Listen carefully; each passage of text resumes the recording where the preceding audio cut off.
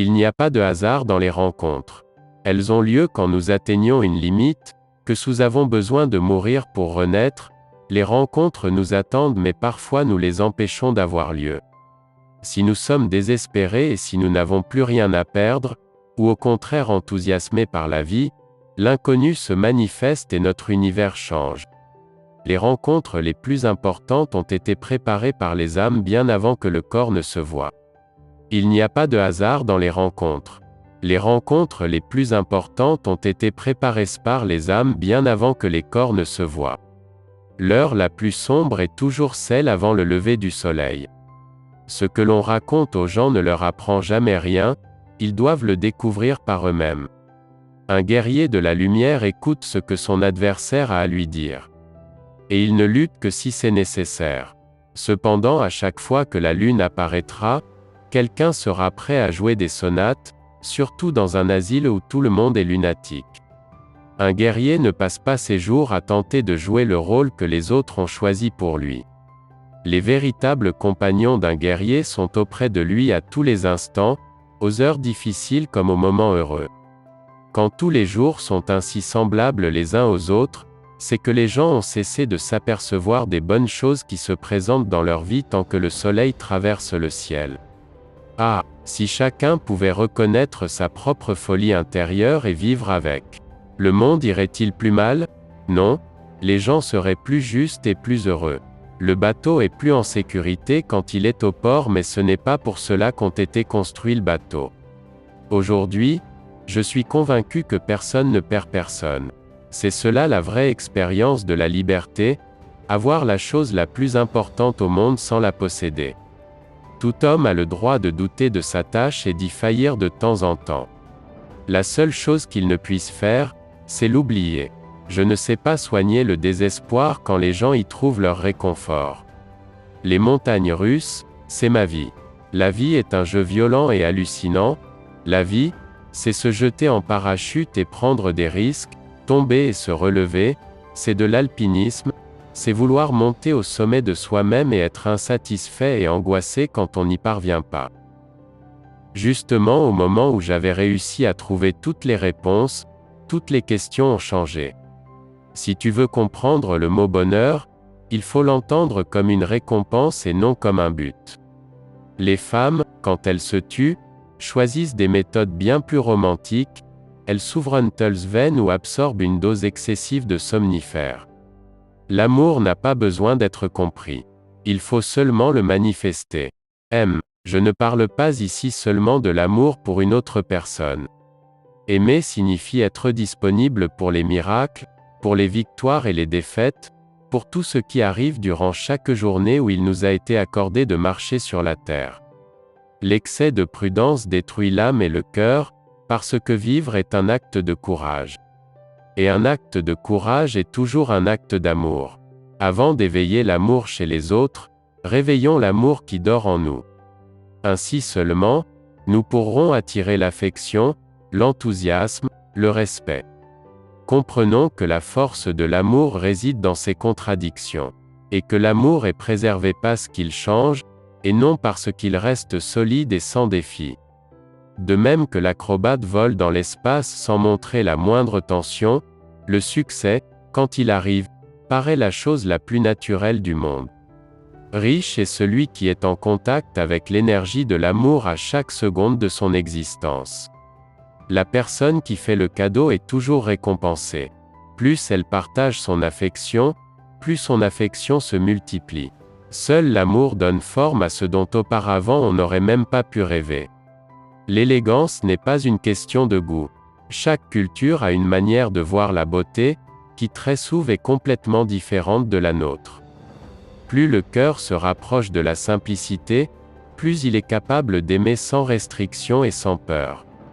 Plus il aime sans peur, plus il peut faire preuve d'élégance dans chaque petit geste. L'arrogance attire la haine et l'envie.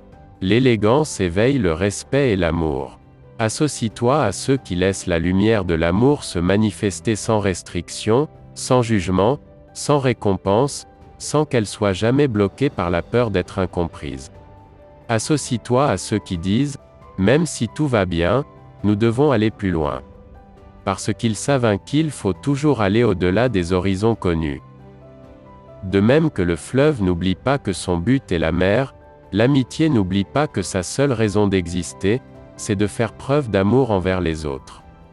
L'amitié a les qualités d'un fleuve qui contourne les rochers, s'adapte aux vallées et aux montagnes, se transforme parfois en lac jusqu'à ce que la dépression soit remplie et qu'il puisse poursuivre son chemin. Ne cherche pas à être aimé à tout prix, parce que l'amour n'a pas de prix. L'amour se lasse parfois de ne parler qu'un langage de douceur. Alors laissons-le se manifester dans toute sa splendeur, brûlant comme le soleil et détruisant des forêts de ses rafales. La vie est trop courte pour que nous cachions dans notre cœur des mots importants.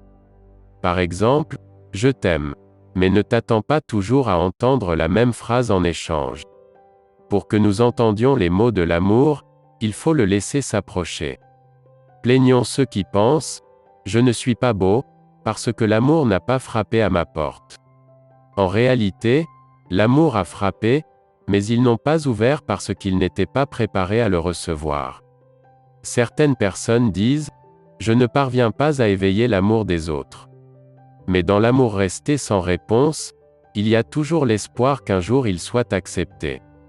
La solitude n'est pas l'absence de l'amour, mais son complément. Sans la solitude, l'amour ne restera pas très longtemps à tes côtés. Parce que l'amour a aussi besoin de repos, pour pouvoir voyager dans les cieux et se manifester sous d'autres formes. Et le temps cessera d'exister. Parce qu'au pays du plaisir qui naît dans le véritable amour, tout est infini. Une équipe qui n'a pas la foi fait perdre à son club un jeu victorieux. Nous devons être préparés à recevoir les attaques de l'ennemi et pouvoir regarder la mort dans les yeux pour qu'elle éclaire notre chemin. Faire ses adieux, c'était le plus difficile. Une fois dans un asile, on s'accoutume à la liberté que procure l'univers de la folie, et on finit par prendre de mauvaises habitudes. J'ai appris depuis longtemps que, pour soigner mes blessures, je devais avoir le courage de les regarder en face. Il y a des choses dans la vie pour lesquelles il vaut la peine de se battre jusqu'à la fin. Les fous croient toujours que leur première impression est la bonne. Peut-être l'amour nous fait-il vieillir avant l'heure et redevenir jeunes quand la jeunesse s'en est allée. Mais comment ne pas se rappeler ces moments-là?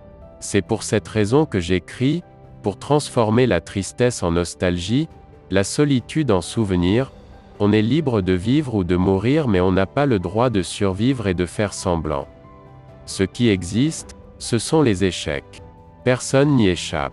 Aussi vaut-il mieux perdre quelques combats en luttant pour ses rêves que d'être battu sans seulement savoir pourquoi on lutte. Il n'y a qu'une seule chose importante dans nos vies, vivre notre légende personnelle, la mission qui nous a été destinée. Mais nous finissons toujours par nous encombrer de vaines occupations, qui détruisent nos rêves. On nous considérera toujours comme un couple heureux, et personne ne saura ce qu'il y a de solitude, d'amertume, de renoncement derrière cette apparence de bonheur. La seule réalité que recouvre une idée, bonne ou mauvaise, elle n'existe que lorsqu'on essaie de la mettre en pratique.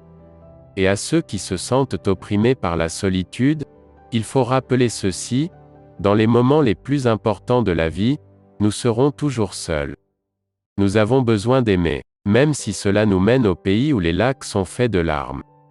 Le principal but de la vie, c'est aimer. Le reste est silence. C'est quand on aime que l'on arrive à être quelque chose de la création. Quand on aime, on n'a aucun besoin de comprendre ce qui se passe, car tout se passe alors à l'intérieur de nous. Un livre est une fenêtre ouverte sur le monde green.